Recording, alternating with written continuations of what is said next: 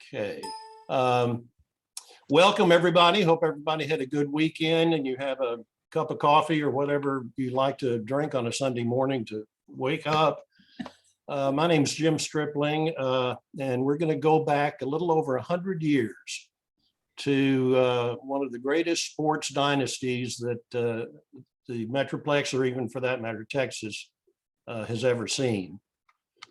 Fort Worth Panthers were a charter member of the Texas League beginning in 1888.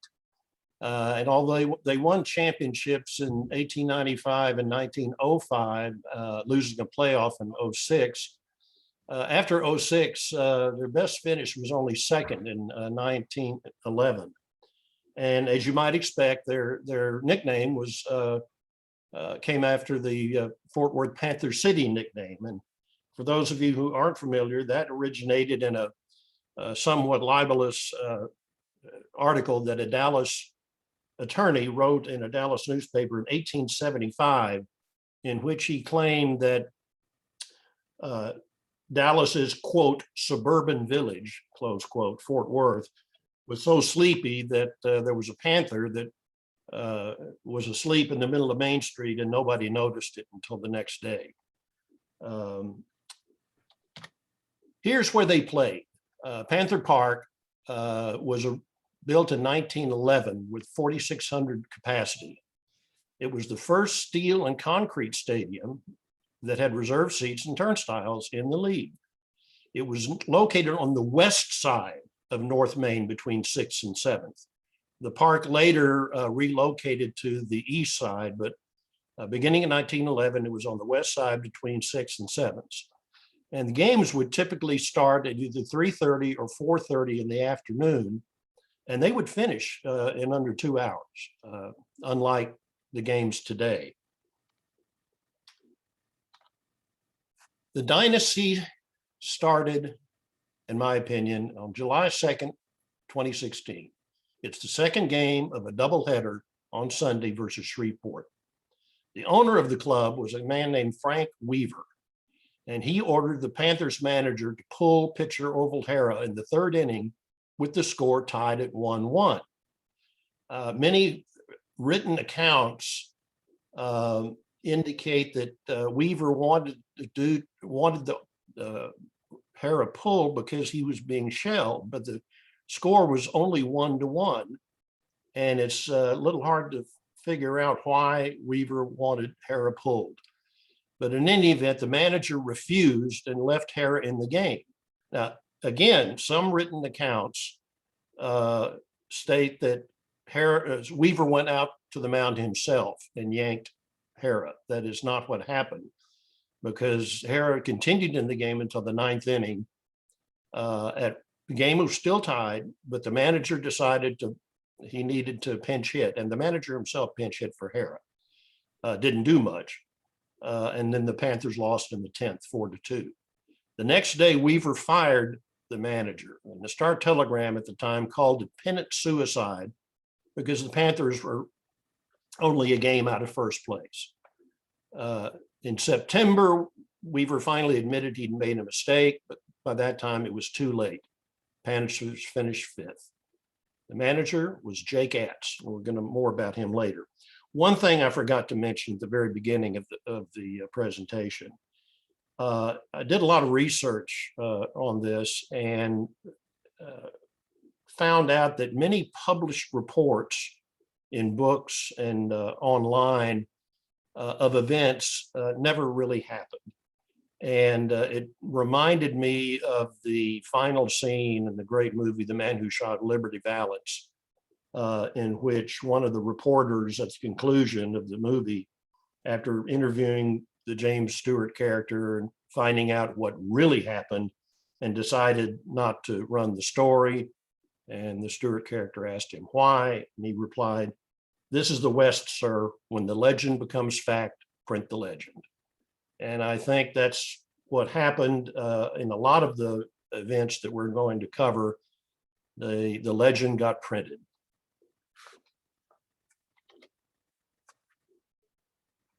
The president of the Texas League at the time was a fellow named J. Walter Morris. And he didn't care for the way that Weaver had disrespected Jake Atz. And so he looked around for somebody that might want to buy the club. And eventually on October 21st of 1916, after the season was over, a group of 15 investors, including my grandfather, W.K. Stripling, Paul LaGrave, and Amon Carter, I think everybody knows who he was, purchased the club from Mr. Weaver. And afterwards, they immediately rehired Jake Atz.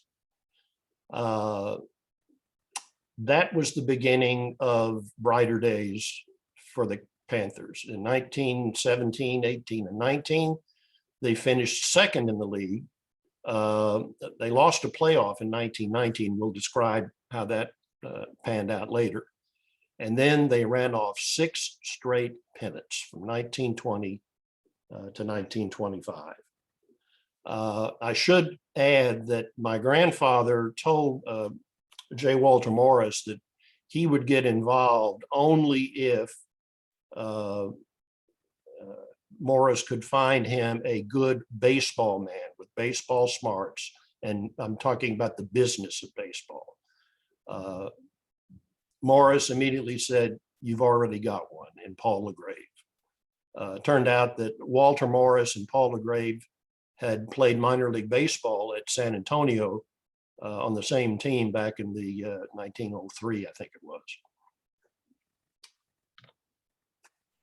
Let's look at 1920. Fort Worth had a population of 106,000. County was about 153,000. Woodrow Wilson was in his last year as president of the United States. Prohibition went into effect January 17th. Not sure if that was really enforced in Fort Worth. Jake Atz was quoted as saying that his team could drink any brewery dry at night and beat any baseball team the next day. So it might have been a little lax around here. The Spanish flu finally ended after about 20 to 50 million deaths.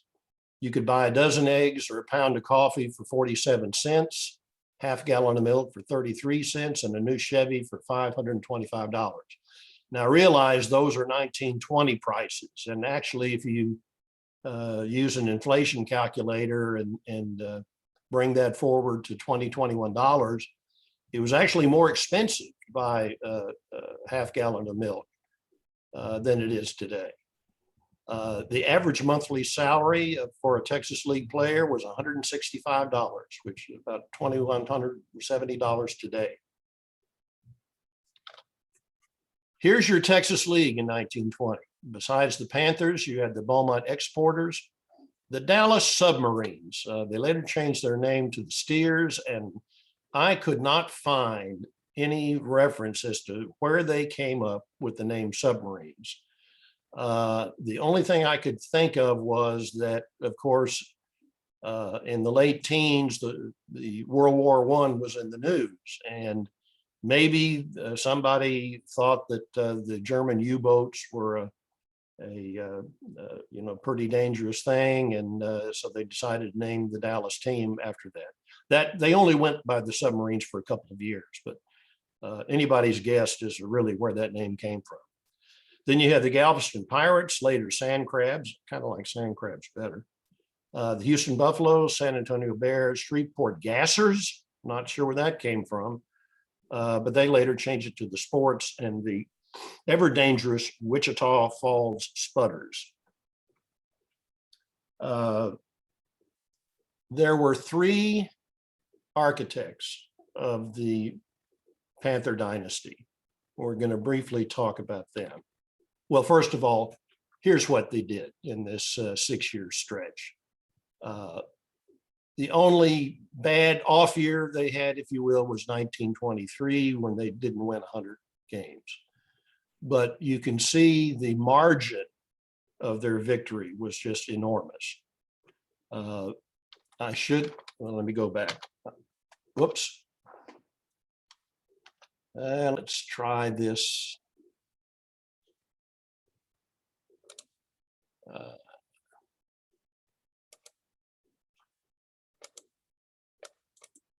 okay. Let's go back up here. Sorry about that. Okay. So anyway, here's a summary of what they did. And the three architects of the Panther dynasty, if you will, we'll talk about them. This is my grandfather, Will K. Stripling, who was the president of the club for 12 years. This is he on the Stripling department store baseball team. We'll talk about that in a minute. And this is he probably taken around 1924. His day job, if you will, was as general manager of our family department store, which he became general manager at age 23 in 1913. But he was also the player manager for the department store's amateur baseball team in a city commercial league, which also featured teams from Monig's, Washer Brothers, and the King Candy Company. He was player manager and was a 500 hitter, which is I never knew before, but that's pretty doggone good. And the Star Telegram called him the John McGraw of the league and the fire and ginger of the team. And for those of you who don't know, John McGraw was a Hall of Fame manager of the New York Giants. And it was praise indeed for my grandfather to be compared to John McGraw. He loved the team. He would hold once every season a feast at his home for the team, for the people in the front office. I think sometimes he even invited members of the press. But he would have fried chicken, spaghetti, ham, the whole works. And my father, who was probably age around 10 to 13 during this time, always told me that he had never seen grown men eat so much in his entire life. And not surprising because the players were responsible for their own meals, you know, when they weren't playing on the road. And they always looked forward to these annual feasts. And at the conclusion of the meals, he would, you know, give out presents to the players. One year he gave them gold cufflinks. Another year he gave them woolen coats that they could use if they were hunting or doing outside activities.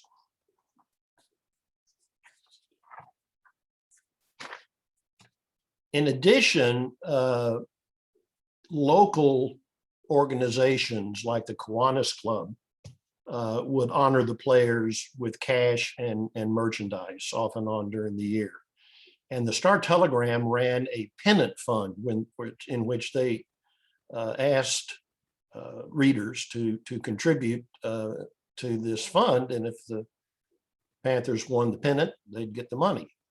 And they always got the money.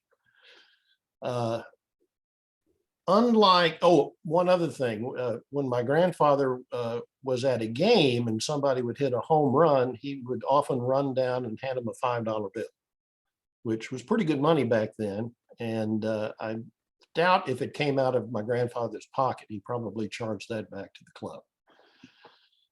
Unlike some team presidents, whose name we will not mention, but he is about 33 miles east of here, my grandfather didn't micromanage the team. He loved baseball. He loved all sports, but baseball was his passion. But he was the first to admit that he did not know the business of baseball. But he didn't need to micromanage because the hiring and firing and the everyday operation of the team was run by this guy. This was the genius of the Panthers, Paul LaGrave.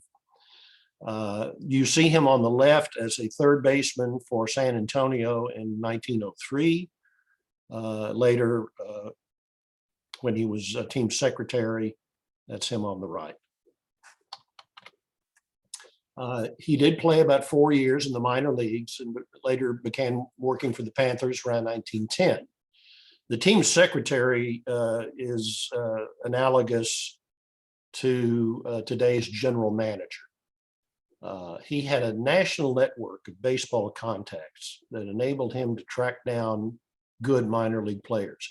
It's said that he would never raid another team for a player, but if the player was released or if his contract came to an end and he was looking for another team to join and he was good enough, Paul would track him down and try to sign him. In 1918, he hit the jackpot. Remember these 4 names we're going to talk about.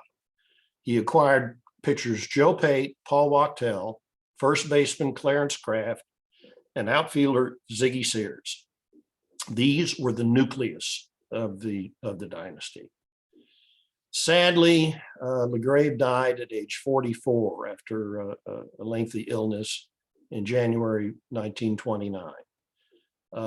My grandfather had Panther Park, which at this time had been relocated across the street. The new park was built in 1926, but he had the park renamed LaGrave Field.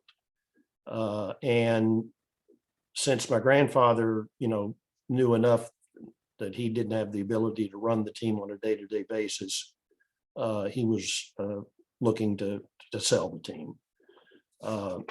In terms of renaming LaGrave Field, my grandfather said, it is a small thing to do for one who did so much, but it is about all left for us to do. We loved him as a brother, and no physical act could possibly show the affection we hold for him. The least we could do was give his name to the park he built. In a small way, it will be a monument to a career and perpetuate the memory of the greatest and best influence Texas League Baseball has ever known. And in fact, in May of 1929, and at that time, by the way, my grandfather and the LaGrave estate had bought out most of the other investors, and they at that time owned about 85% of the team. And they sold it in May of 1929, and which the timing could not have been better because we all know what happened in October 1929. The field manager, Jake Atz. That's him on the left as a Chicago White Sox second baseman, and that's Jake later. Time for another Liberty Valance story, if you will. Was his name Atz or was his real name Zimmerman?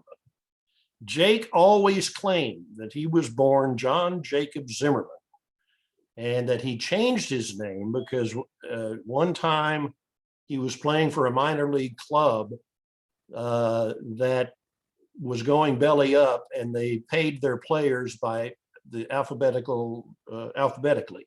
And unfortunately, they ran out of money when they got to the Z's. And Jake swore he would never do that again. And so he changed his name to Atz to be at the head of the line. And because he claimed to be Zimmerman, a lot of references list him as being Jewish. Well, that's the legend, and that was what was printed. But his real name was Jacob Henry Atz. He was not Jewish. His father was a German. His mother was Irish. And when he passed away in 1945, his funeral service was held at the Sacred Heart of Jesus Catholic Church in New Orleans. But again, people print the legend. He began his minor league career in 1901, played briefly for the Senators, 3 games, 1 hit. But then he got 3 solid years with the White Sox. Just a second here, there we go. His major league career ended when he leaned into a Walter Johnson fastball trying to get on base and hurt his hip. Now, Jake was a smart baseball man, but leaning into a fastball from perhaps the greatest pitcher in Major League history was not a very smart move. And he only had himself to blame for that. Didn't bat very well in the majors. He batted decently in the minors, 289. Managed in the minors for 30 years with a lifetime record of 549. But look at his record with the Panthers, a solid 70%.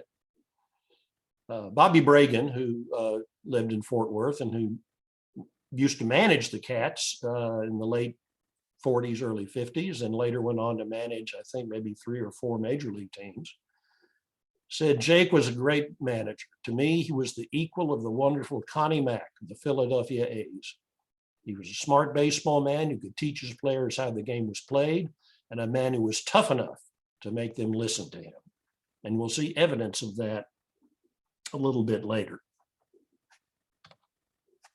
He began his manager career with the Panthers in mid-1914. Call back in 15, as we mentioned before, he was fired in 1916, and Paul LaGrave rehired him in 1917. And the Star-Telegram noted that he was known to play hunches late in the game. And in a 1924 article, they said Panther fans sometimes laugh at his hunches. Sometimes they moan when he begins to shuffle his hitters in a ninth inning rally. But his hunches pan out correctly more often than not. This said of Napoleon that he always figured his moves in advance and posted his artillery in the best position. In short, he never played hunches. Yeah, agrees skipper Jake. And look where Napoleon ended. Shut out in the playoff with Wellington and sent to a place as bad as Dallas. I don't think Jake said that. It sounds more like something a sports writer came up with. But again, print the legend.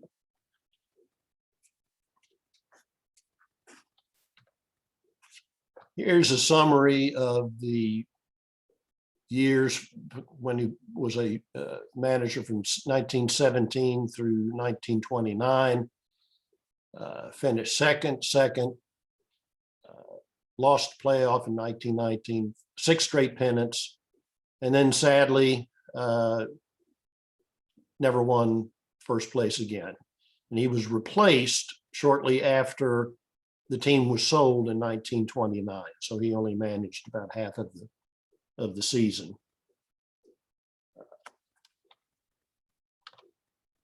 Now, every year from 1919 through 1925, except for 1923, the league would split the season into 2 halves, with the winners of each half to play for the pennant. The decision to do this was usually made around July 1st. And the idea was that if some team was ahead by quite a bit at the end of June, let's split it into 2 halves and maintain fan interest. And that's what happened in 1919. The Panthers finished second in the first half. They finished first in the second half, but then lost to Shreveport in the playoff. However, in 1920, 21, 22, and 24, the Panthers won both halves. So there never was a need for a playoff. However, in 1925, the Panthers won the first half, but tied Dallas in the second half. And that had never happened before. So the league decided, well, let's have a best of 5 series to determine the winner of the second half. And then, if Dallas wins, we'll have a best of 7 to determine the overall winner. Well, the Panthers didn't waste any time. They swept Dallas 3-0 in the second half playoff. The Dixie Series. The end of the 1920 season, J. Walter Morris, league president, and Paul LaGrave challenged the Southern Association to a postseason series. Southern Association consisted of teams in Little Rock, New Orleans, Mobile, Atlanta, Chattanooga, and probably some other cities I can't recall right now. The problem was that the Southern Association was a Class A league, while the Texas League was in Class B. What you had back then, the major leagues were at the top. Right below that were Class A, and right below that was the Texas League in Class B. Excuse me, Double A. Class Double A was right below the majors, then Class A, then Class B. And these classifications were based solely on the total populations of cities in the league. And not surprisingly, the Southern Association Board of Directors voted against the series. I guess they figured that, why shouldn't we have everything to lose and nothing to gain by playing the winner of a league that's in a lower classification than the Southern Association. But the owner of the Little Rock Travelers, Arkansas Travelers, who at the time were heading toward the pennant, they hadn't cinched it yet. But they said, yeah, if we win the pennant, we'll play. And it turned out that Little Rock did, in fact, win the pennant. And in an incredibly unusual example of sportsmanship that you would never see today, turned out that the Little Rock second baseman broke his ankle in the final series that Little Rock played in the Southern Association season. So the Panthers told him, well, you can substitute any other second baseman in the league because, we want you to play at full strength and we don't want you to, claim any excuses. Well, it turned out they got the second baseman of Chattanooga, who had hit 20 points higher than the Little Rock second baseman and who had finished third in stolen bases. But that didn't do them much good. Fort Worth swept the first two games at home. And in the first game, they had a Texas League record of 84-55. Now, you recall that the seating capacity of Panther Park was only 6,000 and so. But what they would do when they would sell more tickets than they had seats, they would allow people standing room in the outfield and along the sidelines. And then they would, rope off those areas. And then, so that's how they got the extra 2,000 people in the stadium. Team went up to Little Rock, lost the first game. Second game was a tie. Why? Darkness. They didn't have lights back then. The first lights in the Texas League came in around 1930, but this is 10 years before that. And so the game was called in 10 innings because of darkness. But in any event, Little Rock won the games up there. So they come back to Fort Worth. The series tied 2 games apiece. Game 6, Paul Wachtel, remember he was one of the players that LaGrave had acquired in 1918, throws a 5-hit shutout in game 6. And then in game 7, the Panthers go to Little Rock and win the series 4-2. This is a photograph of a crowd that was estimated at 3,200 that packed the Throckmorton from 7th to 8th Street to view the game as shown on a Star Telegram scoreboard. Unfortunately, that was the game the Panthers lost 5-2. But the fact that 3,200 people came out to watch the game on a scoreboard is remarkable. And here's a picture of the scoreboard. The Star Telegram building was at the northeast corner of Throckmorton and 8th. And plays were sent by telegraph from Little Rock, but you can see the scoreboard up here. And that's what the people were looking at. This is a front page cartoon run in the Star Telegram after the the Panthers. Well, they also went by the Cats. Actually, many times they were called Atz's Cats. After they had won the championship.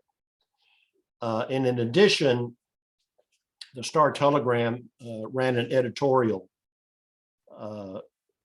probably in this same edition, that not only praised the Panthers for their baseball ability, beating a team in a higher classification, but it also said, viewing the matter from a material point of view, the Panthers have obtained for Fort Worth more valuable advertising than anything that has occurred in a long time. The demonstration that we have a real baseball team was the least of it. There were other aspects of the series with Little Rock which served to advertise the city even more effectively. A comparison of the gate receipts during the series in the two cities emphasized the importance of Fort Worth as a city, for the attendance at the first game in Fort Worth was greater than any two games at Little Rock. And as a matter of fact, the crowd around the scoreboard of the Star Telegram each day was greater than the crowd in attendance at the game itself in Little Rock.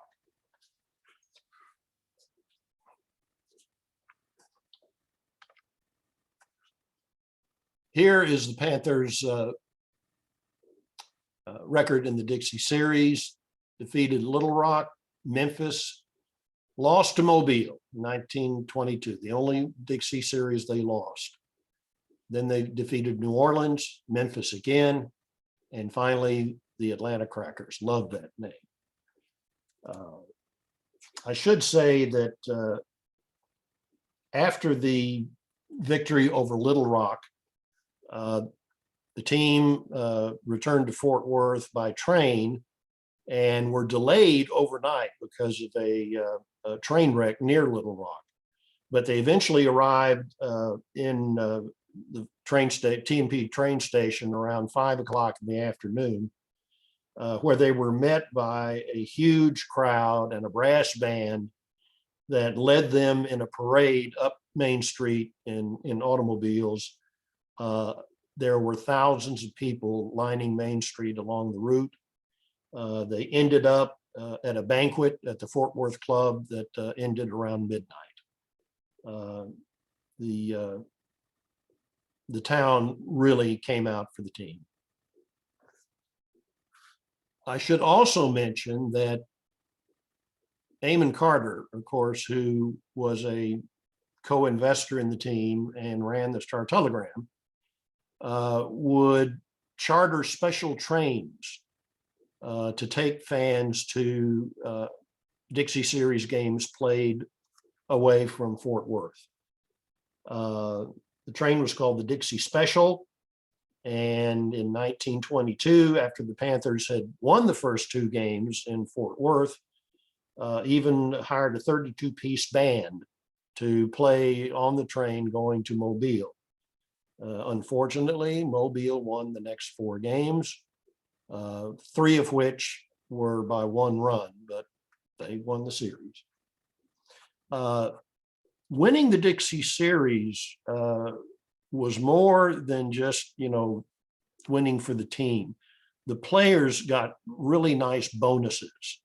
If you recall, the average salary for a Texas League player back in 1920 was only about $165 a month. Now, the Panthers paid their players more than the going rate for Class A teams. The reason being that they wanted to keep them in Fort Worth. And but for example, the bonuses in 1921, each player got $550, which is probably a couple of months worth of salary. In 1924, that bonus was increased to $1,400 per player, which was, quite a jump.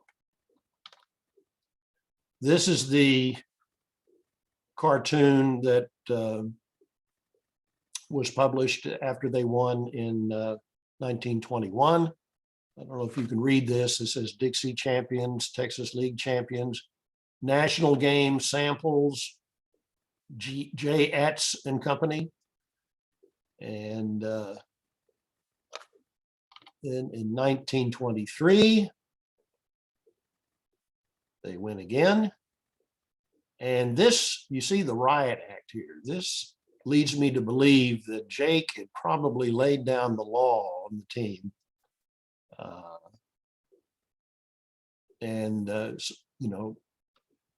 Was persuasive enough that they won the series. In 1922, WBAP went on the air. Of course, it was owned by the Star Telegram, and Amon Carter was not too keen on radio. I'm not sure he thought it would ever become popular. And the story goes that he only said or only allotted about $300 to get the station up and running.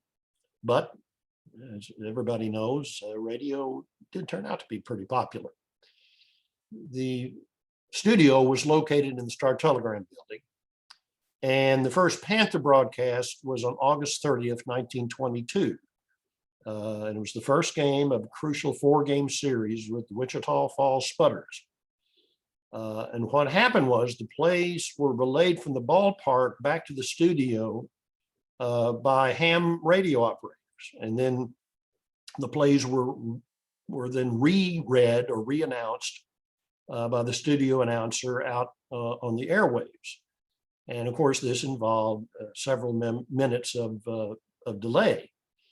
But the broadcast was so popular that on September 1st, the announcer was in the ballpark and relayed the play-by-play over 8,000 feet of private telephone wire back to the studio and immediately out to the listeners.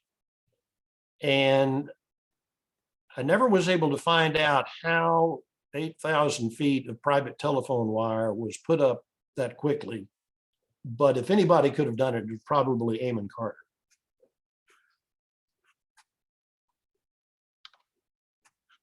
There were 6 players on the Panther roster that were on the team all during their 6 glory years. Pitchers Joe Pate, Paul Wachtel, Henry Possum Moore, catcher, Dixie Series, who's a left fielder, Art Phelan, who played third base. Actually, he was more of a utility player, and another pitcher, Lefty Johns. And we'll see more about these, or talk more about these people later. And you'll notice that 3 of these 6 are pitchers. Excuse me. And as we mentioned before, pitching is what wins championships. And the Panthers clearly had the best staff in the league. And here was their ace, Joe Pate. Clearly the best pitcher in the league, probably one of the best pitchers in the entire history of the Texas League. He was a lefty, originally born in Alice down in the valley. Family moved to Fort Worth at age 3. He attended what later became Pasco High School, where he was captain and quarterback of their 1913 city champion football team. But he had been playing minor league ball while he was still in high school. And actually, when he was a quarterback on the team, on his high school team, he was 21 years old. But he kicked around the minors for about 6 years, joined the Panthers again. He was one of the class of 1918 that Paul LaGrave had acquired. And look at his record. From 1920 to 1925, he won 70% of his games. He had 2 30-win seasons. Nobody in the history of the Texas League had ever done that. His best ERA year was 1920, a measly 1.71. Led the league 3 times in wins. He had a fastball, curve, and occasionally would throw a knuckleball that he was somehow able to control for an out pitch. he would play mind games with the batters. He would, you know, take his time on the mound. He would fiddle around and try to make the batter believe that he was doctoring the ball, which he never did. He never did. But the batters didn't know that. And they say that it drove the outfielders nuts because they didn't know what pitch he was really going to throw. Infielders didn't mind because they were close enough to Pate that they could see, you know, what he was doing. He was a clutch pitcher. He pitched and won the deciding Dixie Series games in four of the five Dixie Series wins for the Panthers. Threw a 6-hitter in 1921, a 4-hitter in 23, a 5-hitter in 24, and then ballooned, if you will, up to an 8-hitter in 1925. 1921, he won 3 games in the 21 series. And by the way, all of these games were complete games. We'll focus on that later. He finally was able to go to the major leagues in 1926-27 as a 34-year-old reliever for the Philadelphia Athletics. His first year was quite successful. He record ended up as 9-0, but then he faltered in 1927 and was released by Philadelphia, came back, pitched for the Panthers for 2 more years, and later became a minor league umpire. When he passed away in 1948, the then Texas League president called Pate the greatest pitcher we ever had. He put more money in the till than any other player in league history. When Pate was to pitch for Fort Worth, it always meant a big crowd.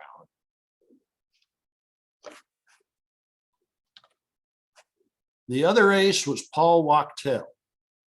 Some pictures of him. He was a spitballer, right-handed, originally from Maryland. Began his minor league career in 1912 and played for 10 years for the Panthers. I should mention that Major League Baseball outlawed the spitter in 1920 and allowed 17 players who were then using it to continue to do so. They were grandfathered, but nobody else could use it, and that basically meant that Wachtel could never go back up to the majors, because now it's not that he threw every pitch was a spitball. It wasn't, but it was probably his out pitch that he used. But he knew that he would never be able to go back to the majors after 1920.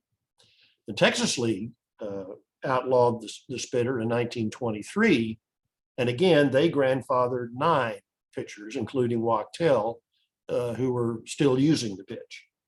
Interestingly, the Southern Association had outlawed the spitter, and so Wachtel was never able to use that pitch when the Panthers were playing an away game in the Dixie Series. He led the league in wins for 3 years. One of those years he was tied with Joe Pate. And like Pate, he knew how to pitch complete games, because from 1920 to 1925, each of them finished 60% of their starts. In contrast, in 2019, the leader in Major League Baseball only pitched 3 complete games, which accounted for about 10% of his starts. And in fact, in 1920, this blew my mind.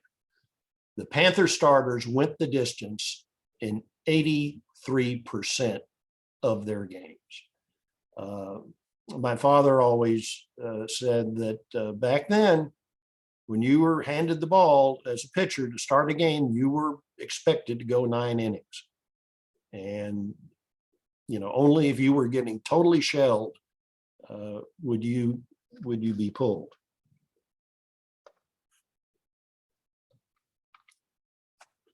Here's a composite of Pate and Wachtel's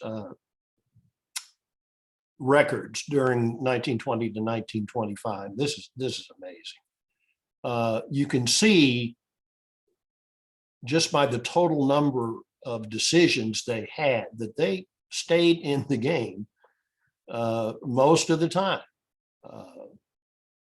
And again, the Pate's best years were he had 2 30-win games. Wachtel, even toward the end of his career, posted a pretty doggone good 23-7 record in 1925. Got to include this guy. Jimmy Walkup joined the Panthers in the mid-season 1924 and pitched for them through 1930. He was small, 5'8", left-handed control pitcher. Started his minor league career. Let's go back up, 1915. He won 19 games in 25, 22, and 26. Despite his name, Walkup, he was a very good control pitcher and averaged only 1.5 walks every 9 innings. And that made managers happy, because the one thing that will drive a manager nuts is a pitcher giving up walks. He couldn't throw heat. My father always said Jimmy Walkup's fastball could not break a pane of glass. But he had one glorious day against Babe Ruth. In an exhibition game, he struck out Ruth 3 times. And after the game, Ruth was quoted as saying, "I could kick him up there faster than that guy throws." And then he concluded, "Well, I'm in the big leagues and he ain't." That could be a Liberty Valance type story. I tried to run down the actual game in which that happened. Not even sure that it happened when Walkup was playing for the Panthers, but it's such a great story, I had to include it. Some of the other pitchers on the team, Bad Eye or Buzzer Bill Whitaker, played for 3 years for the Panthers and had 20-plus games for 2 of those years. And he pitched and won the deciding game in the 1920 series. Dick Robertson pitched in 1920. Like Wachtel, he was a spitballer and was a 20-game winner with a beautiful 1.98 ERA in 1920. This blew my mind again. In the game in which the Panthers clinched the pennant on September 1st, he pitched a 17-inning complete game.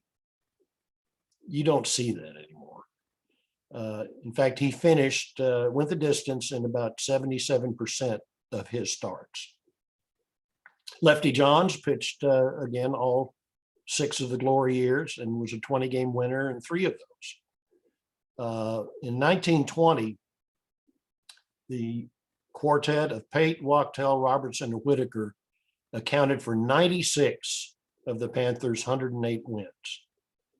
And in fact, the team had 4 20-game winners in 1920 and 1921.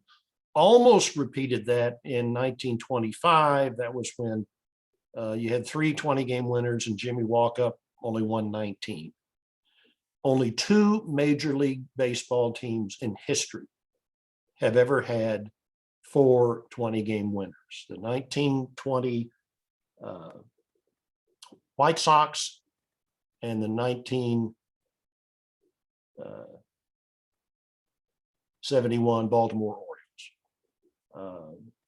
For what it's worth, the 1920 White Sox, 2 of those 4 had been members of the infamous 1919 Black Sox that threw the World Series against Cincinnati.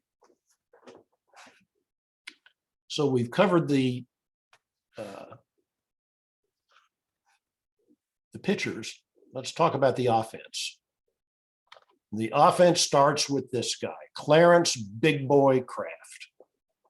He was something else. He was a right-handed slugger, played first base. Got his name because he was 6 feet, 190 pounds. Now, today, that's not much to talk about. But back in 1920, that was big.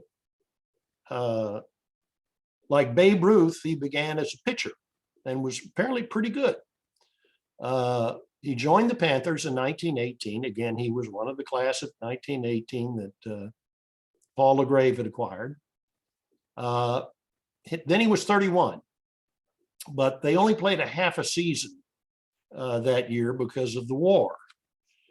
He served 6 months in France in the Motor Transport Corps, came back, had a pretty good season in 1919, but then in 1920, he kind of slumped, only hit .258 with 6 homers and 86 RBIs. And this was around the end of the so-called dead ball era. Nobody knows why averages and home runs suddenly went up. There have been stories that the ball was made livelier. Others say, no, that never happened. But statistics don't lie. People started hitting more home runs. And from 1921 to 1924, Kraft averaged 341, 37 homers a year, and 148 RBIs. In 1924, he went ballistic, hit 349, 55 home runs, 196 RBIs. In 1924, he broke the Texas League home run record in July when he hit number 35.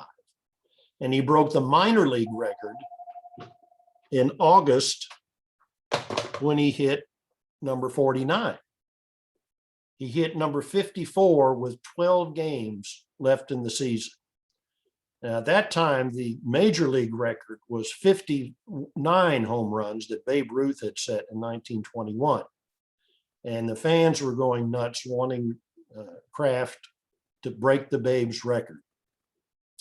Unfortunately, during that 12-game stretch, couldn't get home runs. And even more unfortunate, in the last series, which was a 4-game series against, I think, either Houston or Galveston, 2 of those games were rained out. But he did hit his 55th home run in the very last game.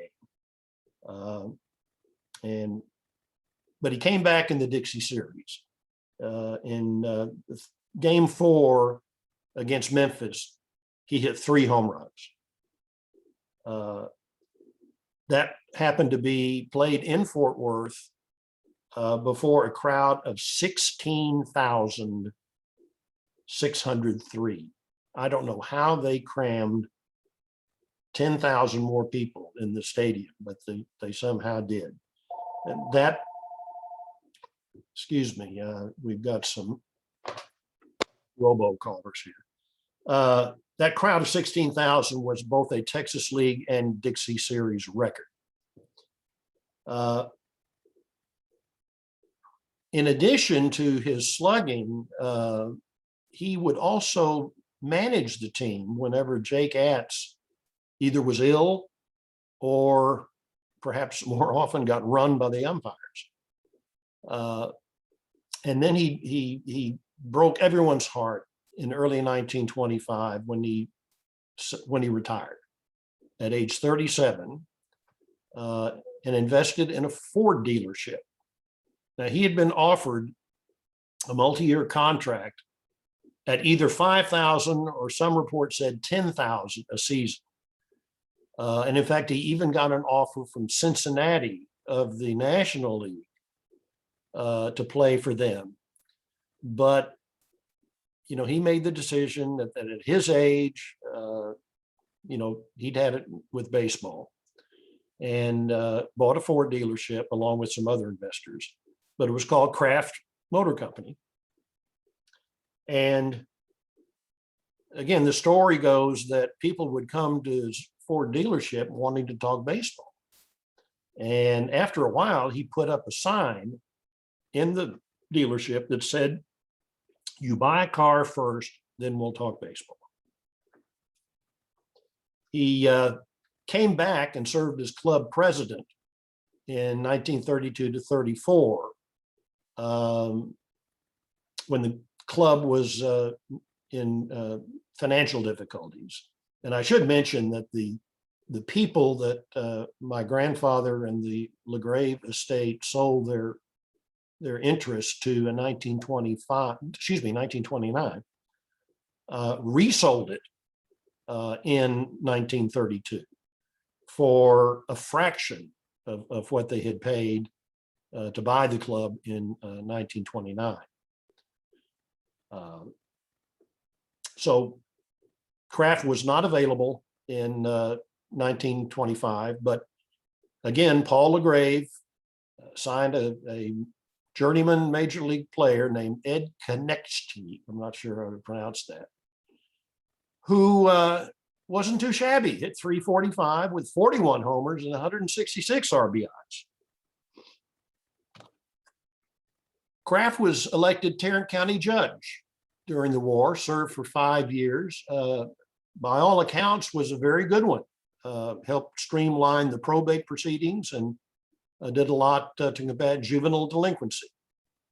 While he was a player, his advice to younger players were, you always want to get your name in the paper. If you're walking down the street and you haven't been getting enough publicity, hit someone in the face. That's strange coming from someone who later became a judge, but there's this picture in 1947. John Ziggy Sears. That's him on the left as a player, and we'll talk later. He later became a major league umpire. That's he on the right. He was a left-handed hitter. He was a very good fielding left fielder for the Panthers, with whom he played for 10 years. Decent average, .298 with 12 homers and 76 RBIs. The story, again, may be a Liberty Ballot story about how he got the nickname of Ziggy. Story goes that in 1917, the rookie showed up at the Panthers with a baby in one arm and a parrot in the cage in the other hand, and asked for a tryout. Told Jake Atz, that his name was Ziggy Sears, and that if he made good, his wife would quit her job and join him. Atz said, well, where is your wife? And he said, well, she's at home, but she's going to join me if I do good. Atz told him to go home and try something else beside baseball. Well, when Paul LaGrave signed John Sears the next year, Atz said, no, your name is Ziggy. Don't want anybody in the team named John. Don't know why that is. It might be a Liberty Balance story, but Ziggy, the name stuck with him. 3 days in San Antonio. May 19th, 1925. The Panthers arrive in San Antonio for a 3-game series, and they're only a half a game ahead of San Antonio. Fort Worth won the first game 19-8 behind Sears' 3 homers, a double, and a Texas League record 11 RBIs. In game 2, he went 6 for 8 with a 1 homer, 5 singles, in a 29-9 Panther victory. Well, you wonder if you're a San Antonio fan, you probably had enough of the Panthers. But in game 3, San Antonio went out to a 4-2 lead after 2 innings. Hey, we're doing good. Not so fast. The next 4 innings, the Panthers scored a total of 22 runs. Sears ended up going 4 for 5 with 2 homers. And the final score was, like a football game, 24-12. Although the home plate umpire had called the game forfeited in the 5th inning.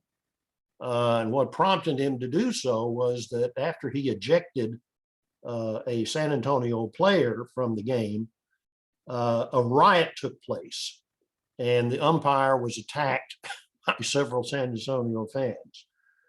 After the San Antonio police had escorted the two umpires off the field, the president of the Texas League, who happened to be in the stands at the time, asked that the game continue, even though it was not going to be official.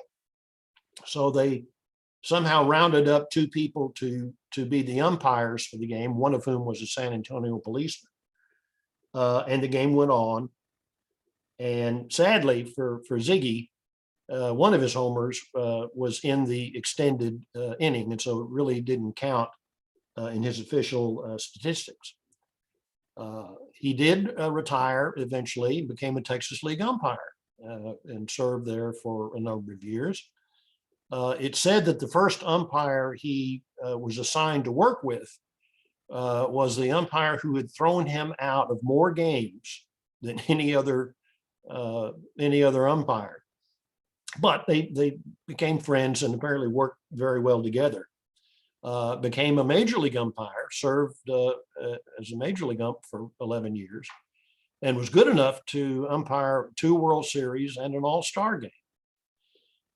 He has the, I don't know if you call it distinction, but he did play an umpire in 2 movies, The Babe Ruth Story, probably the worst baseball movie ever made, and The Stratton Story. If you can believe it, William Bendix played Babe Ruth in that horrible movie. And Jimmy Stewart played Stratton, so that movie's okay. Rabbit Tavener. He was a 5'5" shortstop. Played off and on for the Panthers 22 through 24, 1930, 1933 to 34. Didn't bat all that much for a high average, but he was an excellent fielder.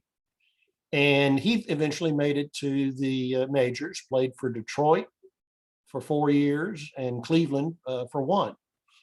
And he has the distinction of being one of only 4 major league players to steal second, third, and home in the same inning more than once. For you trivia fans, Honus Wagner and Ty Cobb did it 4 times, and a guy named Max Carey did it twice, but Rabbit Tavener did it as well. Some of you may remember Tavener's Plating. That was a bowling alley that Jack ran from 1931 until his death in 1969. It was located in what is now the medical school area on Camp Bowie Boulevard. It was a 16-lane facility, very, very nice. I bowled there many a time. But he loved Fort Worth and stayed here after he retired from playing. And if you look on the left here, this part right here is a book of matches that obviously came from his bowling alley. Other players of note, again, Possum Moore was the catcher for a long time. His best year was 311 in 1924. They say that he was so slow that many of his hits that might have gone in the alley that a normal person would get a double out of was a single, because he was just slow. Art Phelan, he played a number of different positions. Had been in the majors briefly and hit 300 in 1922. Jack Calvo was a Cuban-born center fielder, was the leadoff hitter for the Panthers. His average with the Panthers was 305, not too shabby. Cecil Coombs played both outfield and first base, played for them in the early 20s and hit 311 in 1922. Here's a picture of the 1923 team. You'll see Possum Moore. There's Clarence Kraft. This was a relief pitcher named Tiny Goodbread. And obviously you can see where he got his name. Second baseman Dutch Hoffman. There's Joe Pate, Paul Wachtel. Here's Jake. Here's Jack Calvo. Lefty Johns. Here's Ziggy Sears. Gordy Rapp, third baseman. There's their other catcher, Homer Headington, stump. There's Doogie Phelan. And there's Jack Tabner. That's the 1923 squad. Now, again, in my course description, I mentioned that the Panthers were generally considered one of the two greatest minor league franchises, or not franchises, but teams in history. The other team, ironically, who played around the same time, the Baltimore Orioles, 1919 through 1925. They won 7 straight pennants, and they played in the AA level International League. The other two International League team or clubs, or excuse me, the other two AA level leagues were the American Association and the Pacific Coast League. They won 3 of 6 Little World Series, which was a postseason series. They played against the winner of the American Association. But I would point out that 3 of 6 is not nearly as good as 5 of 6, which the Panthers pulled off. Years ago, some experts picked the top 100 minor league teams of all time, and they by year. And the Orioles placed 6 of their teams in the top 100, including 5 in the top 20. Panthers placed 5 teams on the list, with 3 in the top 20. Interestingly, the only teams on that list that the Panthers played were the 1921 and 1924 Memphis Chicks, who were numbers 32 and 48. Panthers beat both of them in the Dixie Series. The list ranked the 1921 Oriole team as the second best in minor league history. The 1924 Panther team was number 4. And for those of you who are curious, here's the link, excuse me, to that list, and you can click on each team, and there'll be a write-up of that individual team that contains a lot of very interesting information. For those who are interested, the number 1 team of all time was the, I think, 1934 Los Angeles Angels of the Pacific Coast League. The Panthers' legacy. July 16th, 1921. The Panthers lose a 7-6 11-inning game to the ever-dangerous Wichita Falls Spudders in Wichita Falls. And the reason they lost were there were 2 incredibly close calls by the umpires that went against the Panthers. Jake was not amused. And after the game, he made his feelings known. If we get anything like an even break in the game and square shootings from the umps, we can lick these Spudders 6 days in the week and give them a rest on Sunday. These spuds think they're hot potatoes, but we're going to peel them and leave them mashed and so cold that a lot of folks will mistake them for a dish of ice cream. I don't know that Jake said that. It sounds like a sports writer doing his thing. But again, print the legend. The next day, a reporter for the Wichita Falls Record News wrote the following. There's a hush o'er the crowded city. There's death in the heated town. Each man is whittling his jackknife and wearing a cruel frown. There's blood on the moon, oh brothers, and hate in the hearts of men. For Jakey Yats and his quarreling cats are back in the falls again. Well, Jake and the Panthers took this sentiment as a badge of honor. And after changing a few words in the second stanza, they had a message that they would send all of the other teams in the league. There's blood on the moon, oh brothers, and fear in the hearts of men. For Jakey Yats and his fighting cats are back in town again. And my father used to recite this to me whenever he talked of the old Cats in their glory days.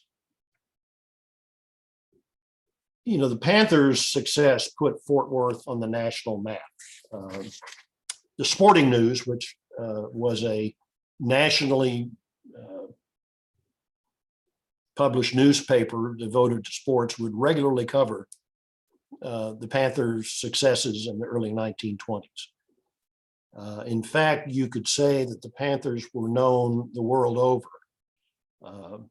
In early 1924, my grandfather was in Europe and wanted to get back to for opening day in April, and he went into the Paris office of the shipping company to get his return tickets.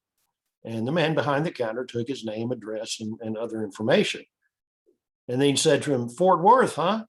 You got a great ball club down there." Well, my grandfather said, "How did you know that?" Turns out that the ticket agent was a boyhood friend of Clarence Craft and had been following his friend's career.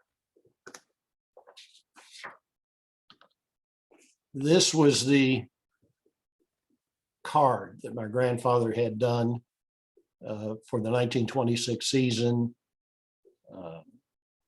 with the 6 championship pennants. I think this is the coolest card.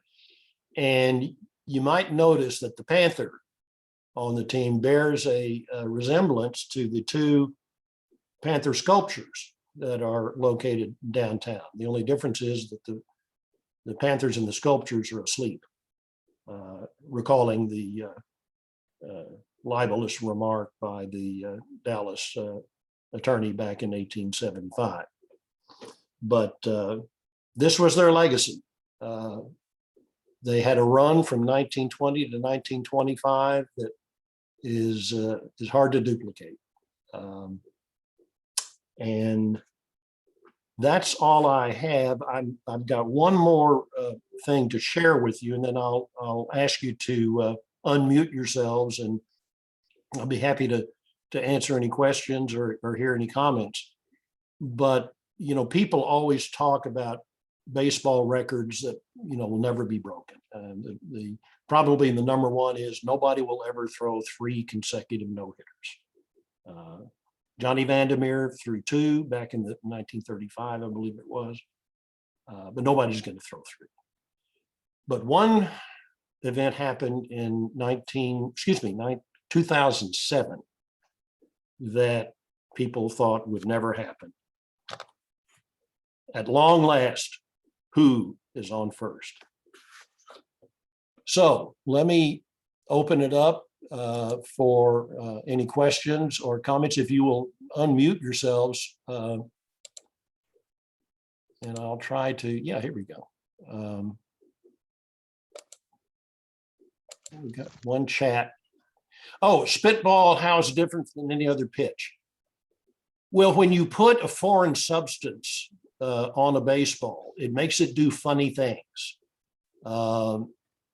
Spit was one. Some people would scuff the ball to make it unbalanced, and it wouldn't be quite like a knuckleball because it would be thrown faster than a knuckler, but it would just make the ball do funny things, break in a funny fashion. And but that's fine. And again, people like Paul Wachtel, they didn't throw it every pitch, but they threw it in important situations, like if the count were 3-2 and they really needed to get the batter out, they might load up on it. Of course, the fact that it was outlawed in 1920 didn't mean that people stopped using it. Those of you who remember Gaylord Perry, who played for the Giants, the Indians, and finally the Rangers, was known for throwing wet ones every now and then. And my favorite Gaylord Perry story was He was playing, I think, for the Giants because he was a base runner. And he, excuse me, there's a robocall. He slid into home plate and a tube of KY jelly popped out of his pocket. And needless to say, the umpires were not amused, and I don't know if they ran him right away, but those of you who remember him with the Rangers would recall that he went through all sorts of gyrations on the mound as if he were loading up. I mean, he always would go through his hair like this and, fidget and do all kinds of things. But that's what the spitter was.